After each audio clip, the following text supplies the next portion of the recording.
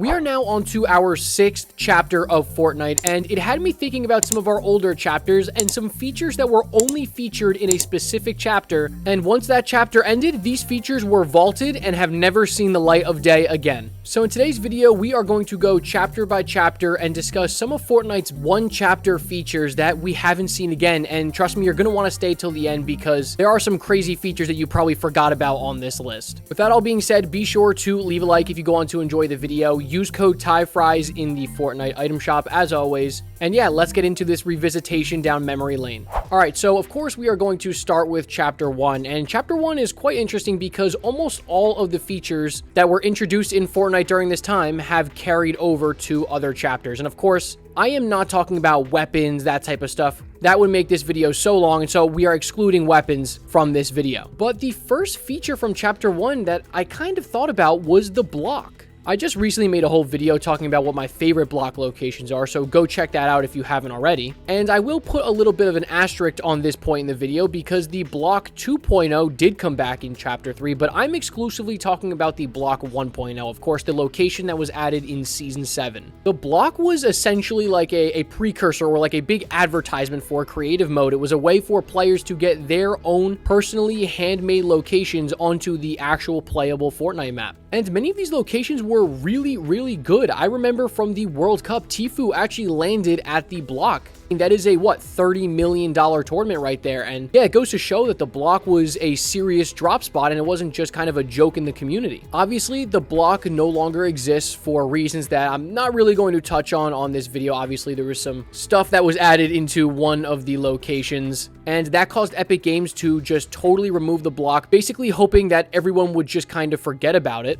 But now that we have Chapter 1 OG coming back, right, we're going to go through all the seasons, I kind of wonder what they're going to do, right, once we get to those seasons 7, 8, 9, and X, where the block existed for all those seasons. It'll be really interesting to see what they do there. Chapter 1 also introduced Siphon, but not just Siphon, right? We know that has come back plenty of times in the competitive and ranked modes, but how about Siphon in public Fortnite lobbies? This was actually commented on one of my recent community posts, so you know who you are if you commented this, thank you. And I believe it was early season 7 when they decided to make the huge change that you would get 50 health or shield on a kill. This was a massive deal. It kind of stopped you from like instantly dying to third partying. It also promoted an aggressive playstyle. I remember Siphon being such a big deal when it was added in, and the majority of the community was happy about it, but then they ended up down the road taking it out and putting it exclusively in the competitive game modes. But yeah, I saw this mentioned in one of my comment sections and I thought it was a really good idea, so I wanted to mention it here with our chapter 1 section of the video. But anyways, let's move on to chapter 2, and for me, it felt kind of obvious, a feature that was introduced in chapter 2 and has never been in the game since. That is going to be shakedowns. Obviously, we just had Fortnite Chapter 2 Remix, and shakedowns did come back in that game mode, so take this with a little bit of a grain of salt. And I don't really think I need to explain what shakedowns are, but just in case you don't know, you knock somebody, you go up to them, you can grab them, you'll shake them down, you'll pull out like a little card,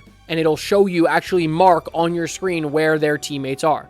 I actually love shakedowns. I think shaking down people is a great idea. Again, another thing that promotes an aggressive playstyle. It was introduced with Chapter 2, Season 2, and just kind of fit in perfectly with that whole spies theme. And to me, this was a pretty obvious pick for my Chapter 2 feature. But how about weapon crafting from Chapter 2, Season 6? I guess I can't really just say Chapter 2, Season 6 because it was actually kind of reworked and basically simplified in Chapter 2, Season 7. But crafting was really just a method of kind of obtaining these higher rarity weapons by changing them into their primal versions, or through their standard versions, which was in previous seasons. So basically how it would work is, right, like your makeshift weapon would then be upgraded into its primal version if you used animal bones. Makeshift weapons could also be upgraded into their standard weapons using mechanical parts, like all this stuff that you could get from, you know, farming cars up or killing animals around the map.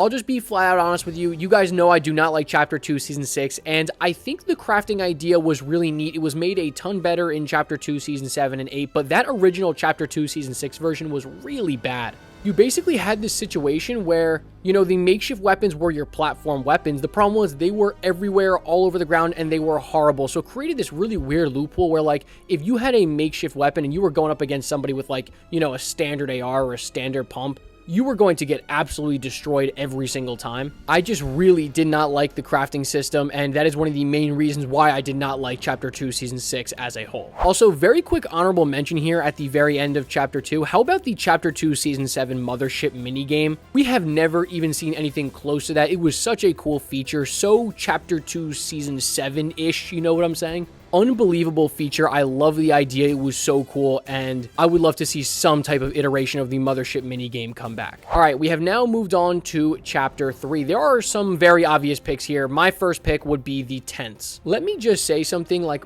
what a genius idea that tents are. The fact that you could place a tent down, place any weapon or item you wanted inside of it, and then just at any point in any other game, a month, 2 months, a year down the road, you could throw down a tent and take out that exact weapon. Now, obviously, there are some pretty blatant issues with that. This is really, really strong. It creates some weird balancing, right? Like, let's say you and your boys drop into a game and you have no intentions of winning that game. Your only intentions are getting the best weapon possible, or weapons, I should say, because you could store more than one, put them in a tent, leave the game, you know what, who cares, right? Well, now everybody in that next lobby totally reaps like the consequences of you guys doing that, because now you drop in, there were preset tent locations. You could land with literally a mythic and a legendary within 5 seconds of dropping, and you can just destroy the whole lobby. So you can see kind of where the problems arise from. Not to mention that you could actually go inside the tent and heal 5-way heals per second. I'm not surprised that we haven't seen the tent since Chapter 3. I think it would be a little bit too controversial if they brought it back now, especially with all the mythics we have in the game currently. But I think arguably an even cooler feature that was added in Chapter 3 was the reality saplings.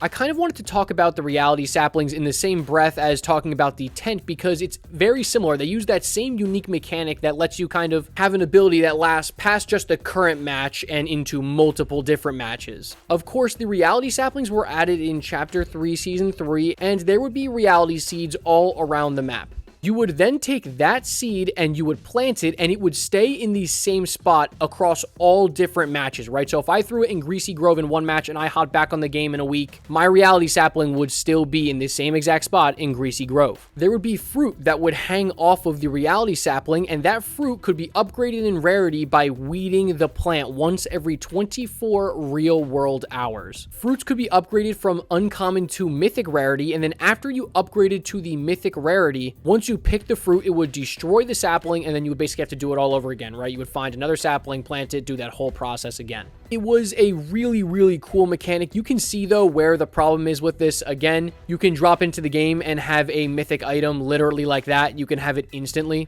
I do think the reality saplings are much, much more balanced, though, because you can actually steal other players' saplings. So if you see a mythic, you can go for it, which I think is a really cool thing that they did that. Both tents and the reality saplings are incredibly unique ideas and extremely rare Chapter 3 Ws, it must be said. Moving on to Chapter 4, I'll be honest with you guys, I only have one pick here. It is quite obvious what it's going to be. It is augments. Where do I even start with augments, right? They were added in Chapter 4, Season 1, and removed at the end of Chapter 4, kind of mysteriously. I think everybody kind of had a feeling that they might travel over to the next chapter. And of course, if you play Chapter 4, you know what augments are. They basically just give you like almost a little perk in the game, like a little boost. You would be able to choose one augment every 2.5 minutes. And so by the end of the game, you could receive 4 augments. Also, not a lot of people know that augments were actually meant to come back in Chapter 5. There are so many augments that were in the files for Chapter 5 Season 1 and never came into the game. One of them is Shield Suppressor, where it was weapons with suppressors deal increased damage to shields. You had stuff like Shotgun Sharpshooter, where shotguns have reduced damage fall off. But anyways, back to Chapter 4, I think players really just loved augments for how creative some of them were. You had augments like Aerialist, which gave you the ability to deploy your glider at any time. There were augments like Mythic Munition, which just dropped you a Mythic Tac Pistol right in front of your feet. There are so many crazy kind of wacky augments that I can't really talk about, or else we would be here for, you know, an hour. My only kind of gripe with augments is obviously the balance was a little off. There were a considerable amount of augments that you would never even think about taking. They just really weren't useful at all. Like weird augments like Shrub Mud, where you became covered in mud when you were in like big bushes, or stuff like Ninja Training, which gave you increased movement speed while crouching. These were all just not really that great and absolutely pale in comparison to augments like Mythic Grab Bag, which just dropped you a mythic weapon right at your feet, or Exotic Grab Bag, which is the exact same thing but with exotics. But overall, I think that augments were an incredible addition to the game. I see a lot of you guys in the comments section of that community post I made were saying the exact same thing. I miss them, and I think it would be nice to kind of see them come back. I mean, they kind of did with booms in chapter 6, but we'll talk about that when we get there. Onwards to chapter 5, we have a feature that was polarizing to say the least. It was weapon attachments. Now, weapon attachments are really, really interesting. I mean, this feature was in the works for years. I remember in like late chapter 1, early chapter 2, there were talks about weapon attachments being in the files already. So yeah, you guys can tell, right? Like they put so much time, years and years of work into balancing these attachments, and they were only added in chapter 5 and totally removed for chapter 6. The cool thing that I personally liked about weapon attachments is I really liked how well balanced they were. It felt like every scope in the game was pretty usable, and it felt like every attachment served like a unique purpose. Now, of course, there were meta builds of guns. There were better attachments than others, but it didn't feel like any were like inherently horrible and would actually hurt you. Attachments in a battle royale are just a really slippery slope. It's really hard to perfect, and it's not like they really did anything wrong here. They did the best they could. They added the mod benches in specific areas, and that's where you would be able to put on and take off attachments, and you would only be able to do that using currency, of course, that being gold bars. I really just hate that, like, in order to get attachments, the weapons had to become projectile based. Like, don't get me wrong, I 100% understand why they did that. You guys are kind of seeing what happens when you do the opposite of that with the Hollow Twister AR in chapter 6, putting a scope like that on a hit scan assault rifle, absolutely broken. We saw it with the MK7 in chapter 3. You know, I know it was a hot topic in the community of people talking about, you know, attachments coming preloaded onto guns that were dropped on the ground. It kind of confused everybody.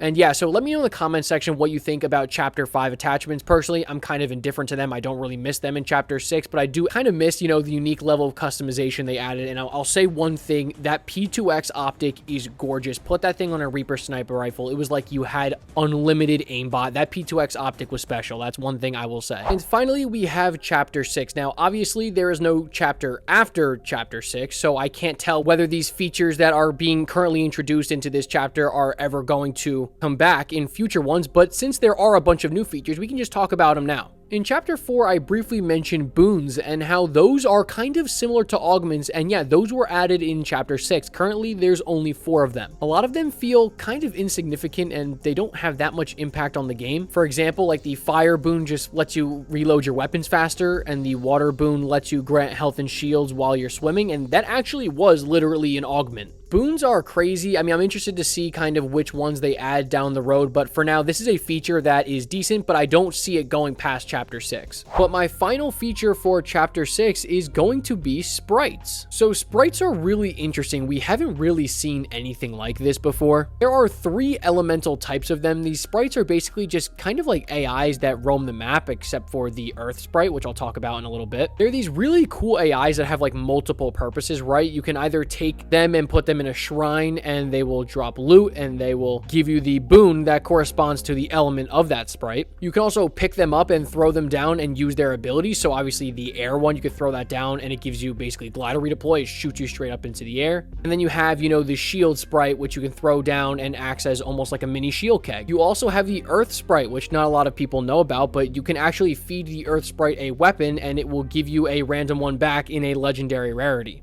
I really, really like the feature of sprites, and I hope this is something that spans far beyond chapter 6. I think a lot of people in my community will feel the same way. All right, guys, well, that is my final kind of revisitation to all these chapters and the unique features that were featured in them and haven't come back since. Let me know in the comment section below what you thought about this video and these features specifically. If you would like to see more kind of chapter by chapter revisitation content, let me know in the comment section below. And with all that being said, I will catch you guys in the next one. Peace.